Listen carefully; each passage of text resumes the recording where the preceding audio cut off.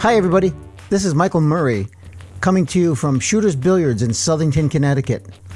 Today we're interviewing Joanne Corbett, a 2019 New England Pool and Billiards Hall of Fame inductee and longtime pool enthusiast from Connecticut. My name is Joanne Corbett. I was born in Norwood, Massachusetts. My family moved to Connecticut when I was about 5 years old. So it was like 1966, 1967. And I grew up in Cheshire, Connecticut, which was the next town over. Life seemed to start out normal enough, but it doesn't stay that way for long. I had, kind of a tough childhood. It was hard. I have a special needs brother who was a drain on the family. He took up all the resources, and then tragically my father passed away when I was 14. So I kind of lost focus and direction in life. I didn't really have a lot of structure. I kind of I was rebellious, a little bit of a hellraiser, and I didn't have a plan. I didn't have a structure. So I ended up dropping out of high school, which isn't a big surprise. But I knew early on that if I wanted to do anything, I was going to have to figure it out. So it turned out I was working in a pizza place as like the pizza girl in the front of the pizza shop. And one of the owner's brothers came in, and we started dating. And within a couple of weeks, we were bouncing around to different bars and pool halls in the area. And he was, a player. His name is Carl Bard. He's a local player, and he was a decent player. And we started working at the Q-Stick in Meriden, which was a local pool room. And the game took off for me very, very quickly. I would say probably within about 3 weeks of being exposed to playing the game, like a bell went off in my head. I was in love. This was something that I wanted to do. I had a very, very strong passion, and I had a strong purpose, and it gave me an objective. It gave me something to focus on. So in that sense, it was a very, very good thing. Carl and I worked at the Q-Stick, and we were lucky enough, and it was I believe the time was 1980, and we were fortunate enough to live in Connecticut at this time when almost all the action was down at Gold Crown Billiards in New London, Connecticut. Anybody who was anybody of the who's who of pool was down there. Margot was there, Mitzrak, Hopkins, Mike Siegel, all the female, most of all the female players, and definitely everybody that was on the East Coast, a lot of the New York players, and there was a lot of action down there, and there were tournaments. So I heard that there was a ladies WPBA tournament that was going to be going on down there. I believe it was a 9-ball tournament. And I signed up for it, and I remember that somebody said, well, you've only been playing for 6 months, so don't have any expectations at this tournament. And that, at that time, it didn't even occur to me, like I didn't think in those terms. I just simply wanted to play pool. So I signed up for the tournament. I think it was maybe a $25 entry fee. I went down there. We got a motel, near the pool room, and so I go to play in the tournament, and it was just almost like walking into like a carnival-like atmosphere. The people that were there, I think they called it the Eastern States at the time. But anything I say can't be quoted because I didn't keep records of anything. I don't know the dates. I don't know the exact names. This is a long time ago now, so these memories are starting to fade away.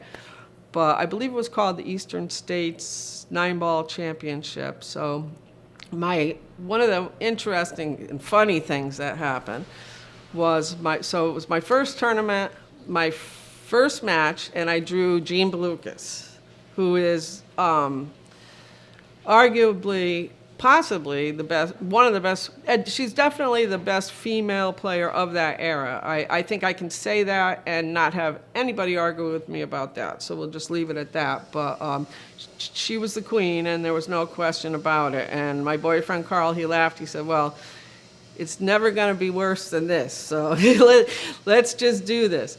And so I played her, and we played races to 9 back in those days, and I got 3 games on her, so I was pretty excited that I was able to do anything with her. I don't know if she was toying with me or not, just kind of going for everything. I mean, this is a woman that I think Pat Fleming, he showed her how to play 9-ball, and within like a couple of hours she ran a 6-pack. You know, I mean, this woman is just simply an incredible athlete. So that was exciting, but the characters that were there, you know, I met Boston Shorty and kind of, you know, became friendly with him. And there was a young lady named Lori Champeau, and she was from Detroit. And she was a great player. And she made me look like I just graduated from finishing school. But she was really something to watch and to observe, so it was nice to be a part of that, you know, without even realizing like what a big part of pocket billiards history I stepped into. The thing was, I really could pocket balls really well, and I could do that relatively quickly. And I thought I was a good player, but now I realize all I was doing was monkey see, monkey do. I was simply observing people like Bobby Hunt and Kenny Wellman and Bruce DeFranzo and Paul Dobratz, and I was watching what these people were doing, and I was simply copying what they were doing. Like, I wasn't thinking patterns, you know, 2-7-2 or whatever. I wasn't following the diamonds per se, like, you know, numerically. I wasn't looking at any of that. I was just watching. Oh, I saw this guy do this, and then that's what I'm going to do. And then it looked like I knew what I was doing, but I really don't think that I knew what I was doing. I had a book, I think it was Willie Mosconi had a book of how to play pool, and that was like my go-to book. And sometimes I catch myself in the stance because you would walk up to the table and then you would put your right leg back, you know, if you were right-handed. And sometimes I'll catch myself doing that, you know, and I'll be like, what's this? You know, that's like a way, way old-fashioned stance. You know, and I had that, and I had a Jimmy Karras book about caroms, which some of it I understood and comprehended, some of it I didn't. I like to look at the pictures, yeah. Sure. But it was also, you know, so different. Like the cloth was so nappy, and when you clean it, you had to brush it in one direction, you know, and you'd go down to the pockets and like kind of push the balls, you know. So I guess when you're breaking from the head spot and you're coming in, the ball's moving fast. But like if you're trying to shoot down table, then you're going upstream, you know. I have a lot of stories, not all that can be shared. I've had a lot of good match. I've had a lot of successful matches. I've played over my head a few times. One of the stories I really enjoy, and it was funny because I blocked it out and I remembered it a couple years ago, and I think it was 1985, I was in a hotel in New Jersey, and Willie Mosconi was there, and there was a young man named Chad Witt, and he was supposed to be like a prodigy. I think he was like 8 years old, and he would play pool, and he had to stand on a milk crate. So I was with myself, and I was walking with Vicky Frecken, who I believe her last name now is Vicky Paskey. She was a WPBA player. And I don't know if we went to go see, we heard Willie was playing in the lobby on an antique table, or if we happened to be walking by and we saw. So anyways, he was playing this young man, and we walked up and we ended up talking and we made a game. So we played, I believe it was a race to 5. Again, it could have been a race to 3. I know it was 8-ball, and we played Scotch doubles. It was Willie Mosconi and Chad Witt against myself and Vicky Frecken, and we ended up winning the match. And I remember I made like a really, really difficult cut shot, and Willie shot me a look, you know? He shot me a look like, oh. And that's like one of the highlights of of my pool career, because how many people can say that they played Willie Mosconi? How many people can say that they beat Willie Mosconi? Not too many. So, yeah, so that's like one of the feathers, you know, in my cap, Sure. which is just and it's also just a fun story, you know. Absolutely. Yeah, so I like that story. Where was that? It was at a hotel in New Jersey. I think it was the 1985 World 9-Ball Championship. But again, it could have been 84, it could have been 86, I don't know. Nice. A notable player, the players that I watched, like around here coming up and some of the things I saw, I would say I was most impressed with Kenny Wellman's game, because he had a non-game, a non-stroke game. He was so unassuming that you would never really know that he was a really good pool player unless you saw that he never missed and that he was always winning, you know. Wow. Yeah. That's pretty neat. Yeah. But there were a lot of players to observe back then. You know, there was a guy named Ray Gilbo. He played good. Paul Dobratz helped me out a lot. He actually gave me instruction, that's another thing that maybe some of the younger people don't understand, is that nobody was pulling you aside and showing you how to do anything. There was only one way to learn how to play pool, and that was to play. And it might cost you some money, you know. So that's just the way it was. There weren't YouTube videos, and you know, Right. there's a lot of advantages these days that were not. It was not user friendly in those days. Sure. It was a school of hard knocks. It wasn't easy. But Paul Dobratz is one of the people that took some time to help me. In the 80s, well, I mean, if we back up, I played a little bit, you know, on the tour, but it gets expensive, and I didn't have anybody behind me, and I still didn't have any structure. I just had a love of the game of pool. And I ended up, well, it's kind of strange how things happen, but the Mianus River Bridge collapsed I think it was like June of 1983. It collapsed, and on that day, my life would change. I didn't realize it. But shortly thereafter, there was a whole bunch of federal money that came into the state to repair the roads and bridges. And back then, minorities were categorized, and they needed women to work on these construction crews so that they could justify the allocation of the federal funding. So some people approached me and they said, you know, you're smart and you're strong and you're capable. I think you can do this job. And so I was like, yeah, okay. I wrote down the information on a matchbook, and then the next day I'm down at this company in North Branford, and I'm like a week later, I'm like out on the highways, and I'm being paid big money to do this. And this was in the 80s. So I kind of got away from going to the tournaments, and I started working. But the confidence that I learned from playing pool actually translates into other things, you know, which is really the point of the story. But back to gambling. In like the mid 80s, there were a lot of foolish people running around that had a lot of money, and I was one of them, you know. And so there was some gambling that went on, but I quickly realized that that's not, you know, that it's not something that I wanted to do. I never had the heart for it in that respect. I mean, I really would rather have the tournament play. The only time, you know, the only reason I really gambled was to get better. You know, and it's just not there. You know, it's that underside. It's not something that really ever interested me. You know, so like I said, I would only do it like if I'm practicing. I play cheap. I'll play $20 sets or whatever, just to make me focus. But other than that, it's just a tool. I used to come down here and I used to play Bruce DeFranzo. We used to play 9-5. He would go to 9. I would go to 5. Texas Express rules, and we play $5 a set. And I'd come down here almost every day with $20 in my pocket that I made, you know, from the day before or whatever, and I would play him, and when I lost the 4 sets, I would give him the $20 and leave. But sometimes it would take all day for him to get the $20. And so I was really getting my money's worth, because I was getting to play a higher level player, and it toughened me up, you know, in a lot of ways. Definitely. Yeah, so it served its purpose for sure. The worst pool room I've ever seen in my life was in Middletown, Connecticut. It was in downtown Middletown. Do you remember it? I do. And It was like, it was down an alley. I think Bobby and Brian talked about it. Did they?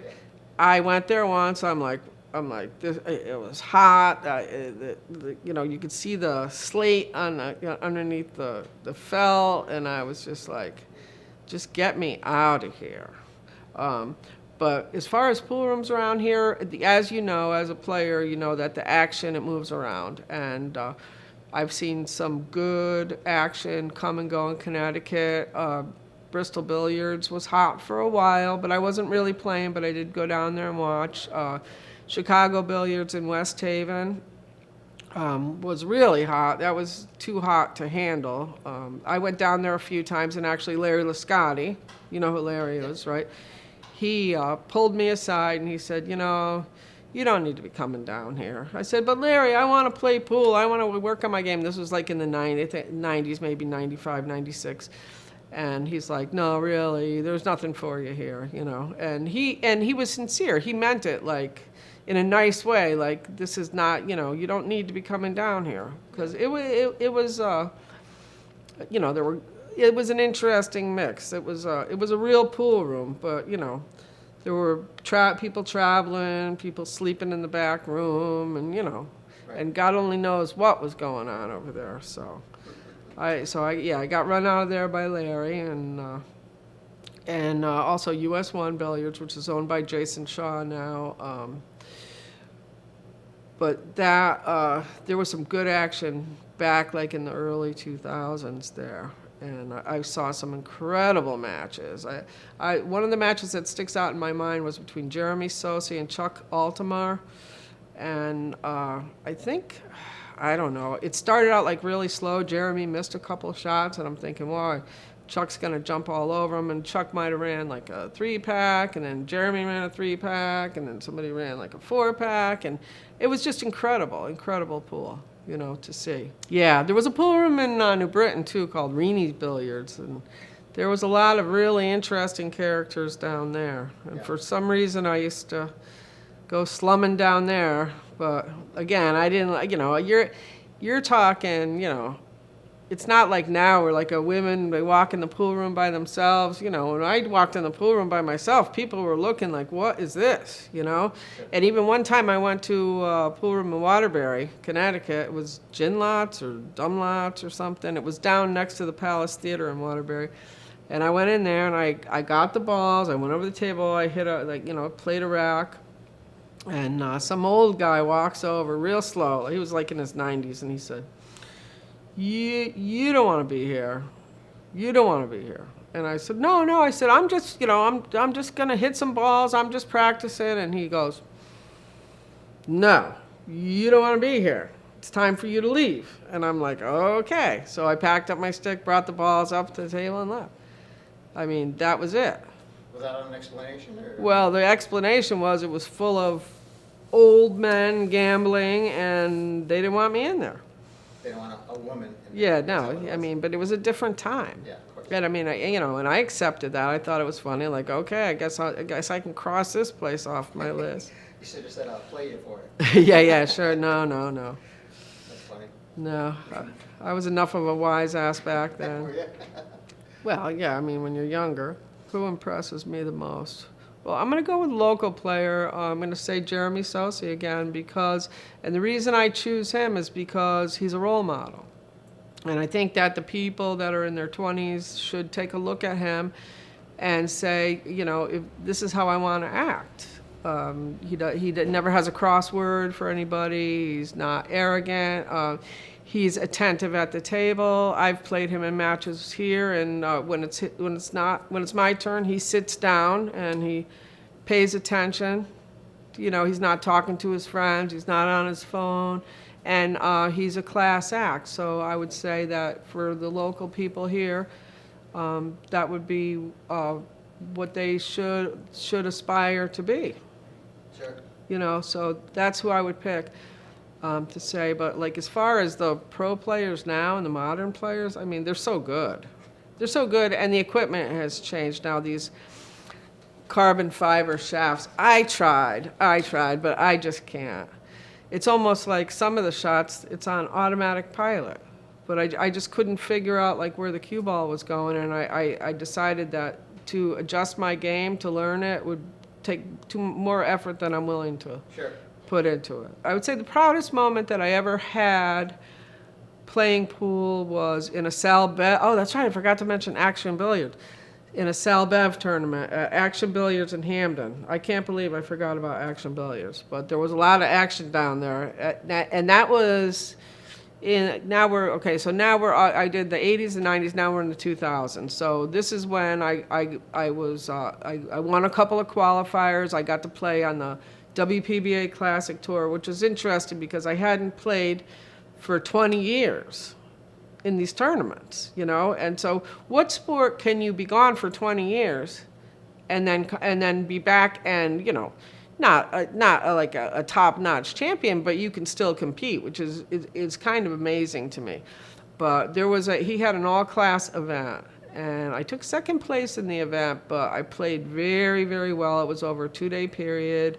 And I think that was my proudest moment, my proudest accomplishment in pool, just because of my level of play really didn't falter. I could have won the whole tournament, and I had to move the cue ball, and I tried a move that I had never practiced before, and I ended up scratching, going like 3 rails and scratching. I'm like, oh, okay. Next time, stick with more tried and true, methods. Yeah. The happiest was winning the qualifier circuit. I wish that they would bring that back. It's like a semi-pro open qualifier circuit, and if you win the tournament, then you get entry fee to the WPBA tournament, which is usually like $500. So it's kind of like getting a golden ticket to the big dance.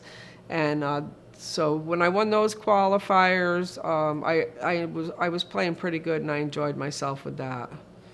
Yeah, I think those were I think I played 2004, 2005, 2006, and then I started back off again in 2007.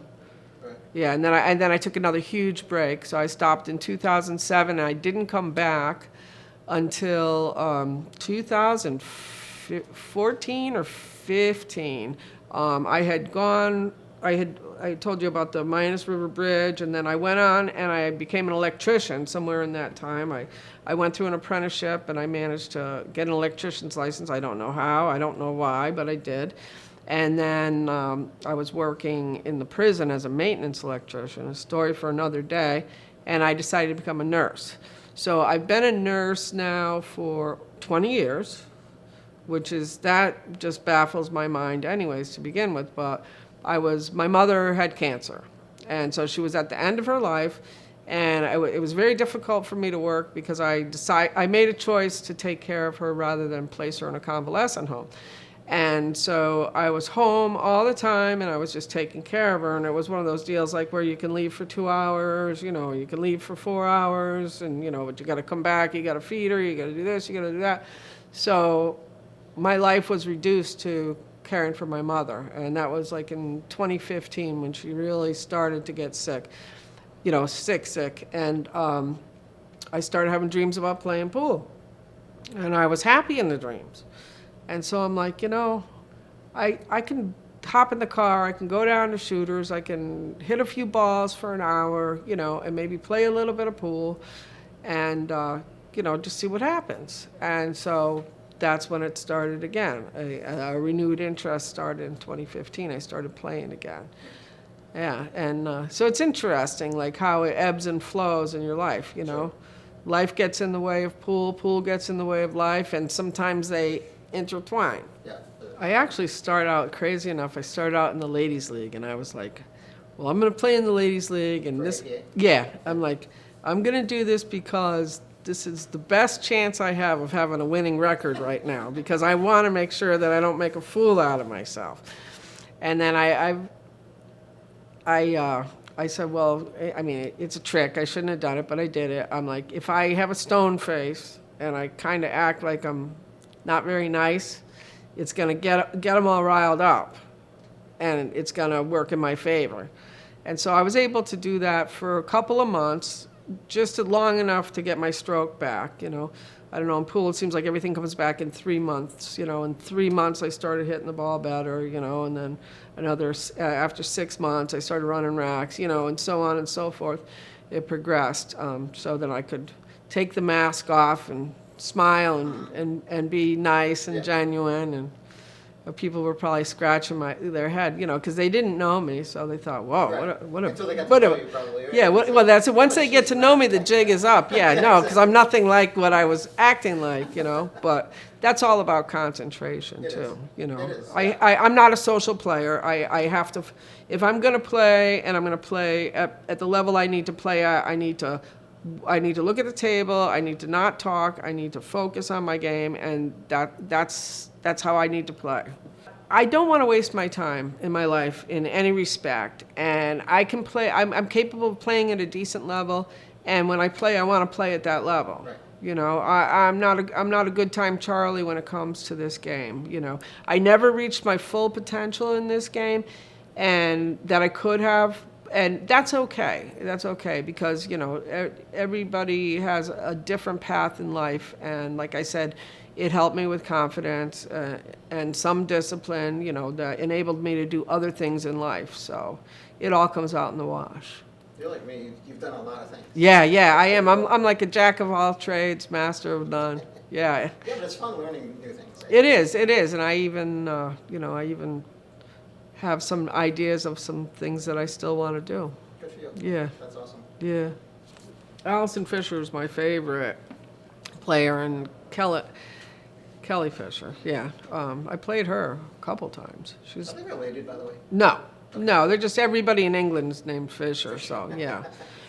But and the reason that they're my favorite players is the way that they carry themselves. To me, that's the gold star. That's the gold standard.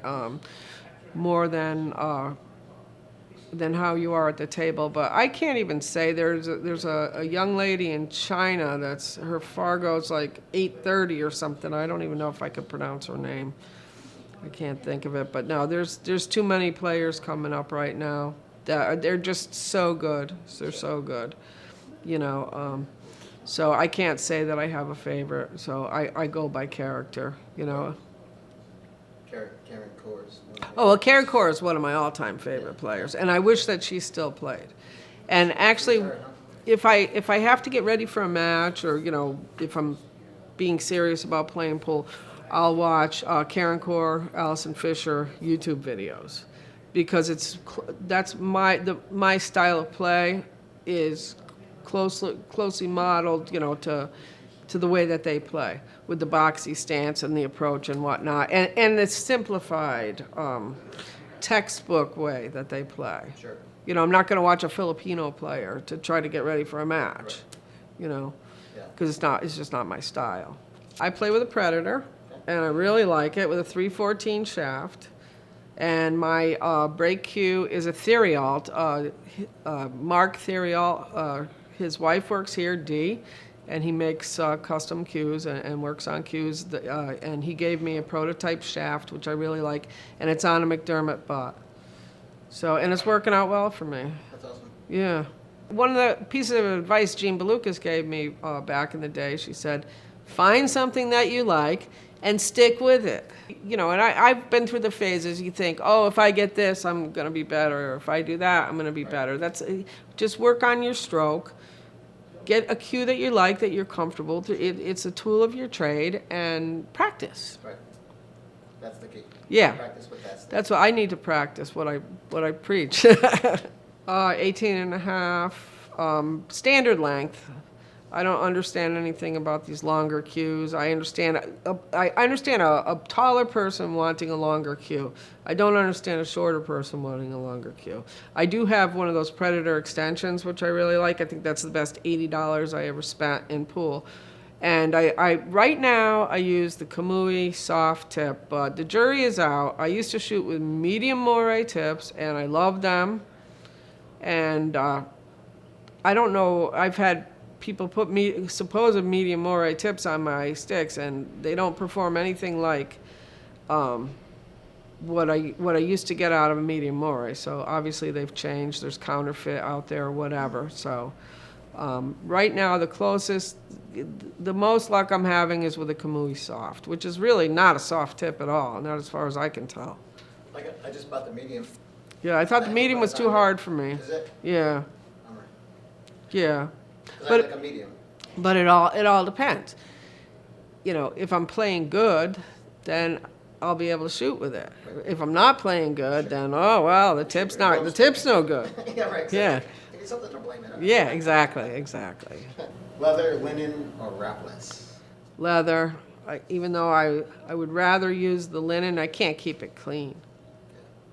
Just can't do it. Yeah. And the wrapless, I lose my perspective on where I am. I need to have reference points. Sure. Yeah, I want the reference point, because if I have to choke up, I don't want to go beyond, and if I have to extend and really let out the stroke, I don't want to be beyond, and I don't want to be on the end of the butt. Yeah. Because back at the Gold Crown Billiards, you could watch some fantastic pool down there. Yeah. You know, like I said, all the heavy hitters were there, and you know, straight pool was the primary game. Sure. You know, when I came in, we were on the cusp of going to 9-ball. You know, they tried 7-ball for a little while, 6-ball, but like none of that stuff stuck. Yeah. You know, but the game transitioned from straight pool over to 9-ball for marketability. You know, to get people's quick game, get people's attention, try to, you know, get people involved, because you know, straight pool could be like watching paint dry, but it's still my favorite game. Yeah. You know, and my ambition in pool is to play some old crotchety guy on a Saturday afternoon, straight pool in a pool room, and just enjoy myself. Sure. Yeah. But as far as, you know, my pool career, the people have helped me. I'd like to thank Carl Bard, Tony Frazina, Jimmy DeNegris, Paul Dobras, Bruce DeFranzo for irritating the life out of me, Cliff Tyler, who helped me, like, you know, in like around the 2004, 2005 time period. So I'd like to just thank that anybody that helped me along. And then my advice would be to younger people, if anybody ever wants any advice or wants to know anything, I'm more than happy to share. However, you have to ask me. I'm not going to give unsolicited advice. But right now I'm going to give some unsolicited advice. And I'm going to say, learn etiquette, please. Learn etiquette. If you want this game to go anywhere, you have to carry yourself in a certain manner that's respectful and worthy of the game. This is a great game. I look at this game, it's like art to me. It's like poetry in motion. It's a beautiful, beautiful thing. It's like a symphony. And it's not some way for you to get $5 or $10 or to make somebody look bad or to make yourself look good. That's not the purpose of it, you know. And if you want to look up to somebody local in Connecticut, like I said, Jeremy Sosi is who I would use as an example. And I'm sorry to keep mentioning Jeremy, but he's just... Amazing. Yeah. Yeah, well, he's everything that's supposed to be. Somebody taught him etiquette, and he listened to the lesson. Right. You know, it's a gentleman's game. Play a gentleman's game. It's so much more enjoyable to do it that way. Try it. You might like it. You might like it. And for some reason, people are not being taught this, and I don't know why. Yeah.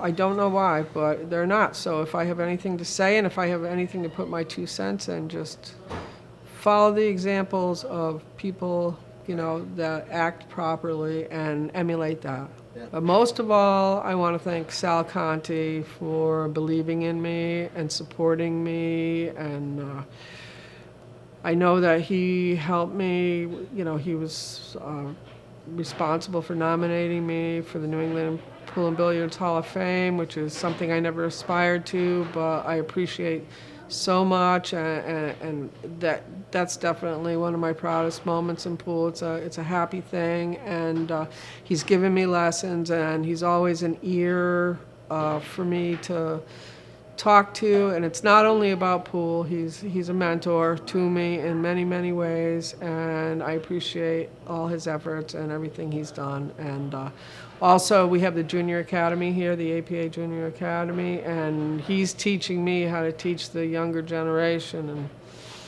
boy, oh boy, do I have a lot to learn. That's awesome. Yeah, it is. Very cool. All right. All right, well, thank you so much. Thank you. Thank you All right, very much. awesome.